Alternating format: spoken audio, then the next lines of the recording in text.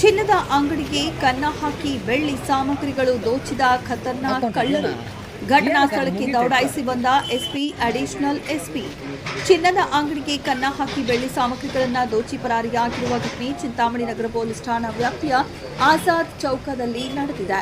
ನಗರದ ಅತ್ಯಂತ ಜನನಿಬಿಡ ಪ್ರದೇಶವಾದ ಆಜಾದ್ ಚೌಕದಲ್ಲಿ ಇರುವ ಶಿವ ಜ್ಯುವೆಲ್ಲರ್ಸ್ ಚಿನ್ನದ ಅಂಗಡಿಯ ಬೀಗಗಳನ್ನು ಮುರಿದು ಸುಮಾರು 2 ಲಕ್ಷ ಬೆಲೆ ಬಾಳುವ ಬೆಳ್ಳಿ ಸಾಮಗ್ರಿಗಳು ದೋಚಿ ಕಳ್ಳರು ಪರಾರಿಯಾಗಿದ್ದಾರೆ. ಇಂದು ಬೆಳಗ್ಗೆ ಅಂಗಡಿ ಮಾಲೀಕರಿಗೆ ಕಳ್ಳತನವಾಗಿರುವ ಬಗ್ಗೆ ಖಚಿತ ಮಾಹಿತಿ ಲಭ್ಯವಾದ ತಕ್ಷಣ ಪೊಲೀಸರಿಗೆ ಮಾಹಿತಿ ಮುಟ್ಟಿಸಿದ್ದಾರೆ. ಕೂಡಲೇ ಘಟನಾ ಸ್ಥಳಕ್ಕೆ ಚಿಕ್ಕಬಳ್ಳಾಪುರ ಜಿಲ್ಲಾ ರಕ್ಷಣಾಧಿಕಾರಿಗಳಾದ Kushal Chouksey, additional SP Jagannath Rai, DYSP Muralidhar, ನಗರ ಠಾಣೆಯ ಆರಕ್ಷಾ ನಿರೀಕ್ಷಕರಾದ ವಿಜಯಕುಮಾರ್ ಹಾಗೂ ಬೆರಳಚ್ಚು ತಜ್ಞರು ಸ್ಥಳಕ್ಕೆ ಭೇಟಿ ನೀಡಿ ಪರಿಶೀಲನೆ ನಡೆಸಿ ಮುಂದಿನ ತನಿಖೆ ಕೈಗೊಂಡಿದ್ದಾರೆ.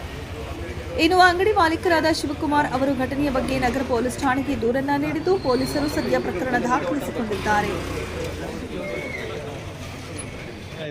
ಎಲ್ಲರಿಗೂ ನಮಸ್ಕಾರ. ಇವತ್ತು ದಿನ ನಮ್ಮ Chikkaballapur district Chintamani town police station ಲಿಮಿಟ್ಸಲ್ಲಿ ಆಜಾದ್ ಚೌಕ್ ಹತ್ರ ಶಿವ ಜ್ಯುವೆಲ್ಲರ್ಸಲ್ಲಿ ಒಂದು ಶಟರ್ ಬ್ರೇಕ್ ಆಗಿದೆ ಈ ಥರ ಮಾಹಿತಿ ಬಂದಿತ್ತು. ಬೆಳಿಗ್ಗೆ ನಮ್ಮ ಟೌನ್ ಇನ್ಸ್ಪೆಕ್ಟರ್ ಮತ್ತು DSP ಅವರು ಇಲ್ಲಿ ಬಂದು ಚೆಕ್ ಮಾಡಿದ್ದಾರೆ. ಆಮೇಲೆ ನಮ್ಮ senior crime officers finger print ಎಲ್ಲರಿಗೆ ಕರೆದು ಡಾಗ್ ಎಕ್ಸ್ಪರ್ಟ್ಗೆ ಕರೆದು ನಾವು ಚೆಕ್ ಮಾಡಿದ್ದೀವಿ, ಓಪನ್ ಮಾಡಿದ್ದೀವಿ.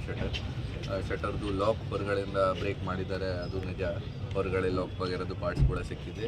ಬಟ್ ಒಳಗಡೆ ಹೋಗಿ ಚೆಕ್ ಮಾಡಿದ ತಕ್ಷಣ ಅವರಿಗೆ ನಮ್ಮ ಯಾರ್ದು ಅಂಗಡಿ ಇದೆ, ಅಂಗಡಿ ಓನರ್ ಅವರು ಹೇಳ್ತಾ ಇದ್ದಾರೆ ಕಿ ಮೋಸ್ಟ್ ಆಫ್ ದ ಐಟಮ್ಸ್ ಎಲ್ಲ ಇಂಟ್ಯಾಕ್ಟ್ ಇದೆ, ಜಾಸ್ತಿನೂ ಈ ಥರ ಹೋಗಿಲ್ಲ. ಬಟ್ ಏನು ಹೋಗಿದೆ ಅವರಿಂದ ನಾವು ಮಾಹಿತಿ ಕಲೆಕ್ಟ್ ಮಾಡಿ ಅವರು ಏನು ಕಂಪ್ಲೇಂಟ್ ಕೊಡ್ತಾರೆ, ಎಷ್ಟು ಹೋಗಿದೆ ಅದಕ್ಕೆ ನಾವು ಒಂದು ಕೇಸ್ ರಿಜಿಸ್ಟರ್ ಮಾಡ್ತೀವಿ. ನೋಡಿ, ಮೊದಲೇ ಕೂಡ ಕಳ್ಳತನ ಆಗಿದೆ, ನಾವು ಪತ್ತೆ ಮಾಡಿದ್ದೀವಿ. ಆ ಟೈಮ್ಗೆ ನಮಗೆ ಬೇರೆ ರಾಜ್ಯದವರು ಕೂಡ ಸಿಕ್ಕಿದ್ದಾರೆ, ನಮ್ಮ ರಾಜ್ಯದವರು ಕೂಡ ಸಿಕ್ಕಿದ್ದಾರೆ. ಸೊ ಅದು ಈ ಥರ ಹೇಳೋಕ್ಕೆ ಆಗಲ್ಲಕ್ಕೆ ಓನ್ಲಿ ಹೊರಗಡೆಯಿಂದ ಬರ್ತಾ ಇದ್ದಾರೆ. ಬಟ್ CCTV ವಗೇರ ಹಾಕಬೇಕು ಮತ್ತು ಏನೇನು ಪ್ರಿಕಾಷನ್ಸ್ ತಗೋಬೇಕು. ನಮ್ಮ DSP ಅವರು ಸ್ವಲ್ಪ ದಿನ ಹಿಂದೆ, ಓನ್ಲಿ 1 ಮಂತ್ ಹಿಂದೆ ಎಲ್ಲ ಜ್ಯುವೆಲ್ಲರ್ ಅಸೋಸಿಯೇಷನ್ದವ್ರದ್ದು ಮೀಟಿಂಗ್ ತಗೊಂಡು ಎಲ್ಲರಿಗೆ ಪ್ರಿಕಾಷನ್ಸ್ ಹೇಳಿದ್ದಾರೆ. ಸೊ ಸುಮಾರು ಜನ ಫಾಲೋ ಮಾಡ್ತಾ ಇದ್ದಾರೆ. ಈಗ ಕೂಡ ನಾವು ಸುಮಾರು ಜನ ಜೊತೆ ಭೇಟಿ ಮಾಡಿ ಜ್ಯುವೆಲ್ಲರ್ ಅಸೋಸಿಯೇಷನ್ದವರು ಇತ್ತು, ಅವ್ರ ಜೊತೆ ಕೂಡ ಡಿಸ್ಕಸ್ ಮಾಡಿದ್ದೀವಿ.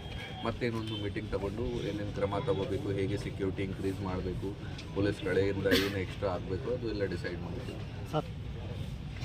ನೋಡಿ, ರೆಗ್ಯುಲರ್ ಆಗಿ ನೈಟ್ ರೌಂಡ್ಸ್ ಮಾಡ್ತಾ ಇದ್ದಾರೆ ಪೊಲೀಸ್ದವರು.